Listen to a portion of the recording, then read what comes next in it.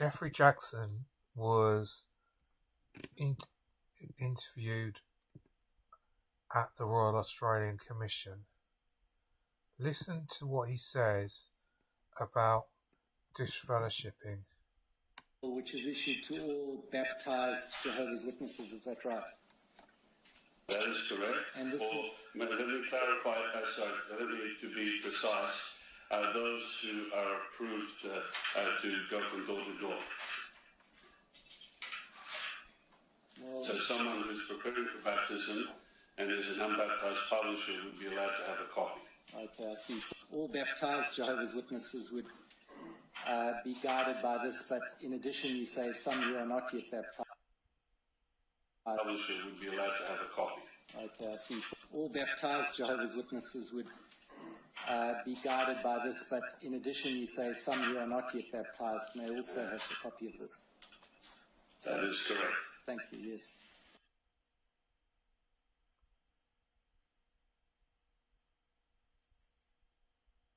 No, there isn't one available.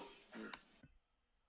He's talking about the organisation book, that when people apply to become a publisher, which I don't think they call them publishers anymore, or apply for baptism, they can have a book on the rules and regulations and scriptural point of view of Jehovah's Witnesses, so that they know basically the rules and regulations within, but they don't know the rules and regulations regarding judicial things from the Elders book. All right, so affiliation applies to the action taken by a person, and the second edition is there. No, there isn't one available. Yes. All right, so affiliation applies to the action taken by a person who, although a baptized member of the congregation, deliberately repudiates his Christian standing, rejecting the congregation by his actions, or by stating that he no longer wants to be recognized as or known as one of Jehovah's Witnesses. So is it the case then that someone who no longer wants to be recognized as or known as one of Jehovah's Witnesses... well, again, please, if they want to take the action of doing that, but of course they have total freedom if they don't want to apply to officially be removed as one of Jehovah's Witnesses. They can tell anyone they want that they're no longer a Jehovah's Witness. Well, I'll come back.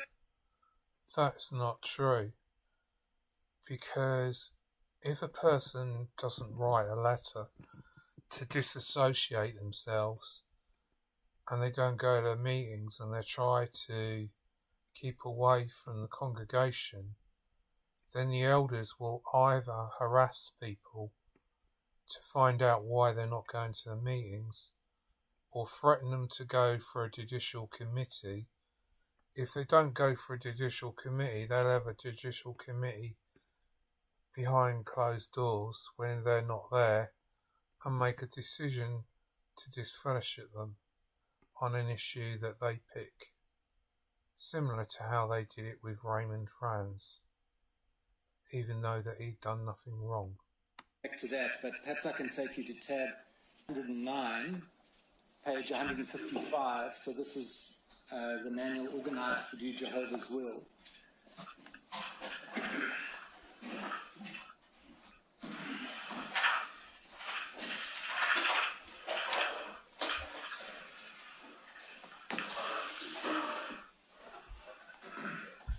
Is this the section on disassociation? Yes, that's right. So this is a manual which is issued to all baptized Jehovah's Witnesses. Is that right? That is correct. And this let me clarify, let me to be precise, those who are approved to go from door to door. Well, so someone who's preparing for baptism and is an unbaptized publisher would be allowed to have a copy. Okay, I see. So all baptized Jehovah's Witnesses would be guided by this, but in addition you say some who are not yet baptized may also have a copy of this. That is correct. Thank you, yes. And the second edition is there? No, there isn't one available. Yes. All right, so affiliation applies to the action taken by a person who, although a baptized member of the congregation, deliberately repudiates his Christian standing, rejecting the congregation by his actions, or by stating that he no longer wants to be recognized as or known as one of Jehovah's Witnesses. So is it the case then that someone who no longer wants to be recognized as or known as one of Jehovah's Witnesses must then disassociate? No, it doesn't say they must do anything. If you read on, you'll see there's a process. This gives the person the right to officially have an announcement made that they're no longer one of Jehovah's Witnesses. But as I already said, if they decide they don't want to exercise that right, they don't automatically come under the... It can come to a point where either if someone's done something wrong, that they get blackmailed by the elders, or it comes to a breaking point where they think they may get disfellowship for apostasy or something like that because they found out the truth about this organisation, that they thought it better to disassociate. As soon as they disassociate, they're still shunned by the people of the congregation, which is in a way is the same as shunning. It's an emotional blackmail, control to shut people up, to not find out the truth about this organisation. It's got a bit of a cheat to sit there holding his Bible. People who don't exercise that right are then, in other words, they, as you described, inactive. They're still subject to the rules and discipline of the organisation, aren't they? I would have to check on that because personally that's not my field. But my understanding is if a person has made it known by their actions in the community over a period of years that they're not witnesses, we would only hold any reports in abeyance until they decided they wanted to return. Well, Mr. Jackson, I have to say that my understanding is if someone in that position is caught transgressing one of the rules... I would say that Jesse Jackson is lying. He knows, as one of the 8 members of the governing body, that they are the ones that put the policies of disfellowshipping. If a person becomes an untied Baptist, they will disfellowship them as well, and he knows that because they are the ones that wrote the doctrines. So by him saying that he doesn't know, he does then not get any blame, trying not to get any blame. But it is from him and he knows, and he's lying as he's theocratic lying as they say they do. Then they would still be subject to the disciplinary procedures, including possibly disfellowshipping. Is that not right? That is a possibility, but in all fairness to your question, I think there are circumstances that I couldn't make a definitive comment on that. Yes. And so, for example, if they become inactive or sought to fade without formally dissociating, and the elders came to visit and found them celebrating Christmas or a birthday, they would be found to be in transgression of the rules, would they not? That is not my understanding, but again, as I said, it's not my field. That goes into policy with regard to... Again, he's lied in front of a court of law under oath. He knows that if a person celebrates Christmas or birthdays, within the Elders' Book, that the governing body wrote, that they would be disfellowshipped. How many times does this guy have to lie in front of a court under oath? Those type of things, but from my personal experience, that's not the case. Well, You say it's not your field, but remember the governing body, which is responsible, as you've said, for the whole field, and you've been a member for 10 years, and all the committees are responsible to and accountable to the governing body. That is correct. So it is your field, isn't it? Only as far as approving the basic scriptural principles. So is there a scriptural principle that you have in mind you want to ask me about, or are you talking about...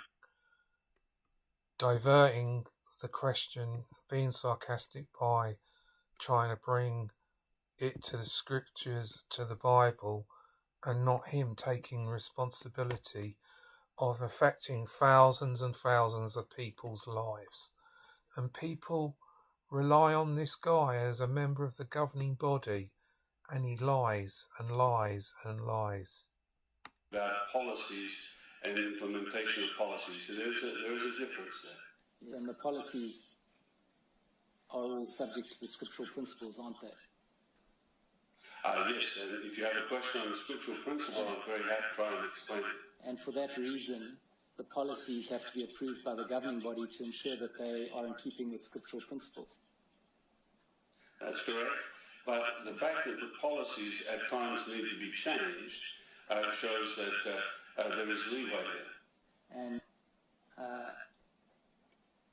if it's not the case, as you seem to suggest might be a possibility, although you say you don't know, if it's not the case that someone who has not actively disassociated but merely sought to fade or become inactive is not governed by the rules, then where's the line drawn between those who are subject to the rules and those who aren't? That's a good question, and that's where judgment comes in. By judgment, I mean using a person's nous as to is someone still perceived as one of Jehovah's Witnesses in the community.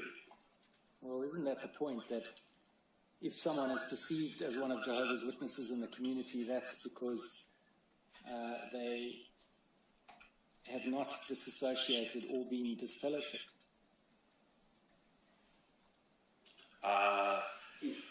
Well, it has to do with what the person is telling other persons. Well, there's no middle road, is there? I mean, you're either a member and subject to the organisation, or you're not. Isn't that the case? Yes, but I thought you were asking me about disassociation. Well, I am indeed. So if someone hasn't disassociated but has sought merely to become inactive or to fade, they then still subject to the organisation's discipline and rules. If they acknowledge being one of Jehovah's Witnesses. And if they do the contrary, which is to say they're not one of Jehovah's Witnesses, the effect of that is disassociation. That's if they decide to go down that course. And if they don't actively disassociate, then they will be disfellowshipped as apostate. No. An apostate is someone who actively goes against what the Bible teaches. Well, if the elders come on the door to a former member to a member who's been inactive and sought to fade away, and says, "Well, are you still a Jehovah's Witness or not?" and the person says, "Well, no, I don't want to be a Jehovah's Witness," the consequence of that will be either disfellowshipping or disassociation, won't it? No, I don't agree with that, and not from what I've seen. Can I just say this hypothetical situation, which is probably one that could happen. Again, he's lying. Anybody who's a Jehovah's Witness that doesn't want to be part of the organisation is disciplined or told to dissociate, or they're accused of being apostate if they find out the truth. He knows, he's not stupid. He's the one that writes the policies. Just because he's on the Lambridge Translation Committee, all governing body makes all the decisions regarding all doctrines and teachings. And this idiot... Two elders call at the door of someone. They're not going to come out and say, "Hello, I'm celebrating Christmas. It presupposes that Jehovah's Witnesses have some sort of spy network to monitor these people, which we don't. They do. Elders do spy. People in the congregation spy. That's how people get disfellowshipped. But if that person says, look, I was baptized as one of Jehovah's Witnesses, but I'm no longer active, no doubt the elders will say, well, we would encourage you to return. Is there anything we can do to help you? Now, in that process of them returning, if they feel prompted to say that they have been living a lifestyle that is contrary to what Jehovah's Witnesses would live, then certainly we would handle that. Well, let's take... But then that would be still emotional blackmail. He turns around and says that that's helping people.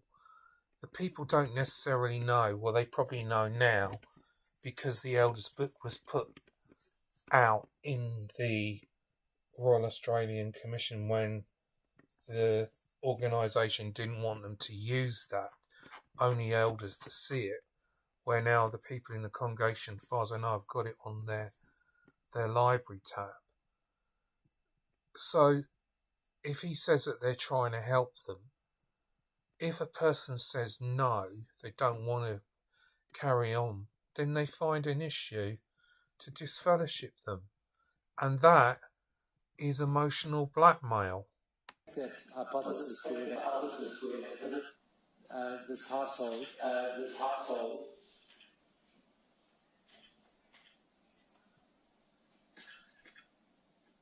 Mr. Jackson, can you hear me? I can, yes. Sorry, you started, I didn't hear a question. Yes, it was echoing back at me, but it seems to be resolved. Mr. Jackson, let's take that hypothesis of the two elders visit the household of someone who's been inactive for some time and seek to explore whether that person will come back to the active fold and encourage them to do so. In the process of which, in visiting that household, they find that that person is, in the eyes of the Jehovah's Witness, living in sin. That person would then be subject to the discipline of the organisation, wouldn't they? In a case such as that, yes. And their only way to avoid that would be to disassociate. If they didn't want to go through the process, but might I mention in your hypothetical situation, the person has indicated that they want to come back, and many people in that situation do want to come back. No, Mr. Jackson, my hypothetical had nothing to do with anyone wanting to come back. My hypothetical is premised on the basis that someone wants to leave or not be involved, and I'm exploring the possibility which you put out there of them being able to just become inactive and not actually end up outside the organisation or not end up disassociating. Do you understand? So, I do. Sorry, I misunderstood the fact that you said that they'd indicated they wanted to come back. I'm sorry. So the point we've got to then is that, as I understand it, is that a person who's become inactive and wishes merely to remain inactive is still subject to the organisation's rules and discipline, not so. He wants to come back, but we don't run a police state where we go and try and force people to follow our beliefs. Well, leaving that to one side, the point is if, for example, the elders visited and found the person to be living in sin in the eyes of the Jehovah's Witnesses, then the elders would, following the process and procedures, discipline that person under the rules of the organisation. That's it. Yes, in a situation where it was found that someone who claimed to be one of Jehovah's Witnesses was living in sin, then the elders would try to ascertain, well, what needs to be done. We obviously want to help the person, so the first step would be to ascertain, do they want to come back? Are they willing to change what they're doing? And if ultimately the person... So why is it, Jeffrey Jackson, that people come to the elders and confess what they've done wrong and say they want to come back and they are sorry, but you're elders, disfellowship them because of the rule of brazen conduct, that they're not shown to be forgiven as elders make decisions. And when we are meant to come to Christ, we're meant to be free and forgiven, not that people have to sit in the back row. I'd like to see you sit in the back row for 3 years for being apostate. See how you would like it, that no one could talk to you, and your privileges for you as a governing body member be taken away. See how you like it. See how you would react, being proud as being one of the governing body and then being taken off. Because the amount of lives that you, through your decisions, have screwed people up is diabolical and sick and disgusting. You're a disgusting man. Is willing to talk to us, then yes, that would be involved with the judicial process. But if they're not, then either they must disassociate or they'll be disfellowshipped. That would be in that particular case, but I can think of many scenarios where it wouldn't be. And it's right, isn't it, in the case of both disassociation and disfellowshipping, the remaining members of the Jehovah's Witnesses cannot associate with the disassociated or disfellowshipped person. Yes, that's according to the Bible principles, which I'm sure you've already read. And that it's even family members not living in the same household. Freedom from the organization on the one hand, and friends, family, and social network on the other. I thought I made it quite clear that I don't agree with that supposition. Well, I think you see, are we talking about a gross sin that's been committed or something? Again, he's lying. It is true that does happen. How many lies does the guy who claims that Jehovah God speaks to him, how many more lies is he going to tell? Someone who just wants to lead Jehovah's Witnesses. Let me clarify. If someone no longer wants to be an active Jehovah's Witness, and they're not in the community viewed as Jehovah's Witnesses, we do not have a so-called spiritual police force to go and handle that. Mr. Jackson. Another lie, they do. The reality of the situation is that a person who's been baptized to Jehovah's Witness is thereafter either in the organization or out of it. Is that not right? I think perhaps you've got your facts a little wrong. Well, I don't think that's correct, because you've accepted already, Mr. Jackson, that a person in the situation you've postulated of merely becoming inactive is still subject to the rules of the organization. Yes, but if I can mention, Mr. Stewart, your first proposition you put forward, that they meet someone who's celebrating Christmas. This person is not associating with other Jehovah's Witnesses, not actively trying to change other people and so on. A person such as that is not going to be handled judicially, as far as I understand. He knows that they would be disfellowshipped, the elders would be called in, even if they weren't having fellowship with the elders. I remember my ex-wife who was disfellowshipped before when I met her, and I put a Christmas tree up, and there was a doorbell, and I was worried that it was the elders. The elders would disfellowship